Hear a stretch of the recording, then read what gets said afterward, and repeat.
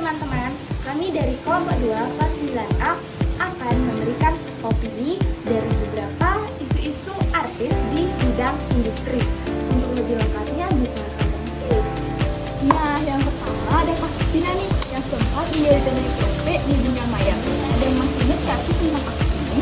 Kasus ini juga pernah diangkat menjadi sebuah film yang berjudul Tina sebelum 7 hari. Kami melihat dari sudut pandang kami bahwa dari pihak kepolisian kurangnya penyelidikan secara teliti sehingga menyebabkan pihak polisi salah menangkap pelakunya. Ini dia nih orangnya. Orang ini bernama Peggy Setiawan. Peggy Setiawan dituduh sebagai pelaku utama dari pembunuhan Tina. Namun Peggy Setiawan dibebaskan oleh polisi dikarenakan warga kelas 62 menemukan Peggy Setiawan sebagai pelakunya nih. Untuk info lebih lanjut bisa dibaca di sini ya.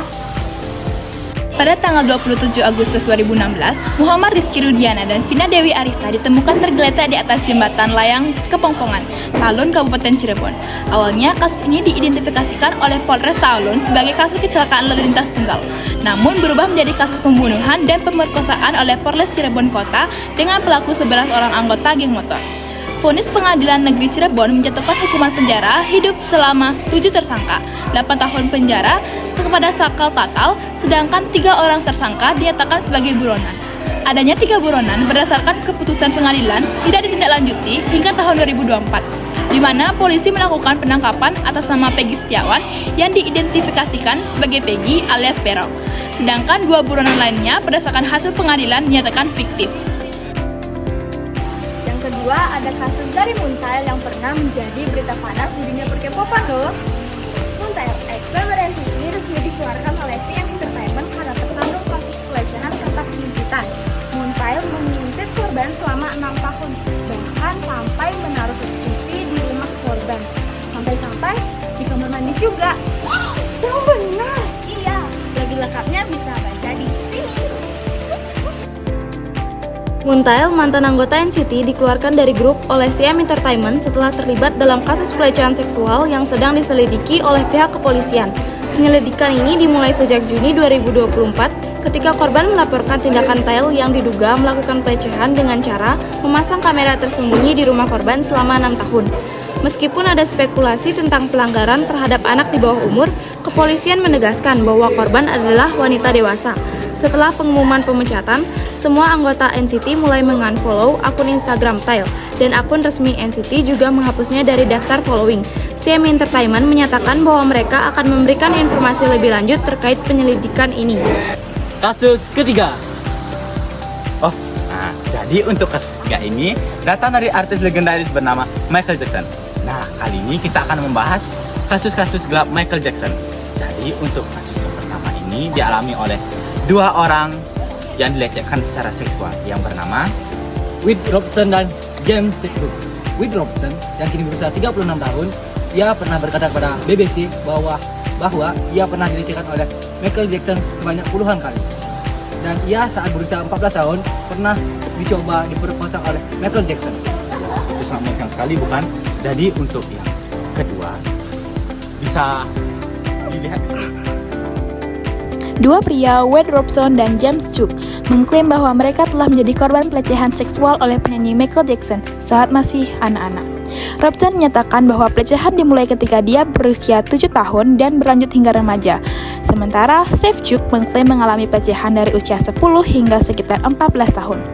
Mereka menggambarkan Jackson sebagai sosok yang manipulatif, yang menciptakan jarak antara mereka dan orang tua mereka untuk memudahkan tindakan pelecehan.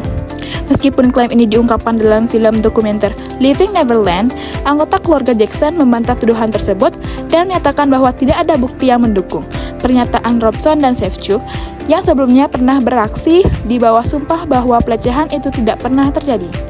Kasus keempat, masalah rumah tangga Paula dan Mbak Imbong dalam kondisi kritis setelah Mbak Imbong mengajukan gugatan perceraian dari sidang agama pada tanggal 8 Oktober 2024 yang dimana Mbak Imbong mengungkapkan tentang masalah rumah tangga mereka di media sosial, tetapi Paula masih tak diam. Salah satu isu yang menjadi sorotan adalah keberangkatan Paula untuk umroh yang menurut Baim itu tidak meminta izin melainkan memberitahukan rencananya sebelum Paula berangkat umroh. Hal ini adalah kompleksitas isu orang ketiga Selengkapnya bisa dilihat di bawah. Rumah tangga Baim Wong dan Paula Verhoeven dalam kondisi krisis setelah Baim mengajukan gugatan cerai di Pengadilan Agama Jakarta Selatan pada 8 Oktober 2024. Meskipun Baim mengungkapkan adanya masalah dalam pernikahan mereka, Paula memilih untuk diam. Salah satu isu yang menjadi sorotan adalah keberangkatan Paula untuk umroh, yang menurut Baim tidak meminta izin tetapi hanya memberitahukan rencananya beberapa hari sebelum berangkat. Hal ini menambah kompleksitas dalam situasi perceraian mereka yang juga mencakup isu orang ketiga. Nah, yang kelima ada kasus PDD nih. PDD merupakan rapper terkenal yang sangat mendunia di dalam bidang industri hiburan. PDD terlibat dalam kasus kekerasan, prostitusi, perdagangan seks, penggunaan obat-obatan terlarang, dan terlibat dalam kasus kekerasan lainnya yang menggunakan uang serta kuasanya. Dan melibatkan beberapa artis yang sangat terkenal loh. Yang berawal dari party white yang diadakan oleh PDD, namun para undangan menganggap bahwa pesta ini seperti pesta biasa. Nyatanya pesta ini merupakan pesta erotis yang diadakan oleh PDD. Pada pertengahan pesta, PDD membagikan minuman beralkohol yang berisi obat perasa. Nah, untuk berita lebih lanjut bisa lihat di sini. Kasus PDD terkait dengan white partinya merujuk pada serangkaian pesta mewah yang diadakan olehnya, yang seringkali melibatkan selebriti dan tokoh berpengaruh. Beberapa sumber menuduh bahwa pesta-pesta ini melibatkan penggunaan narkoba, pelecehan seksual, dan bahkan penculikan. Didi sendiri telah membantah tuduhan-tuduhan ini, namun bukti-bukti yang muncul semakin menguatkan dugaan tersebut. Pesta-pesta ini juga dikaitkan dengan freak of party, yang dikabarkan melibatkan aktivitas seksual yang berlebihan.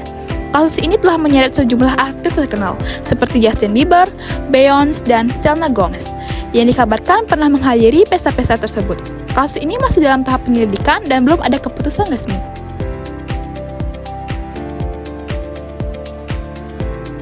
Terima kasih sudah menonton video kami terhadap opini-opini dari kasus serta isu artis Indonesia maupun luar negeri.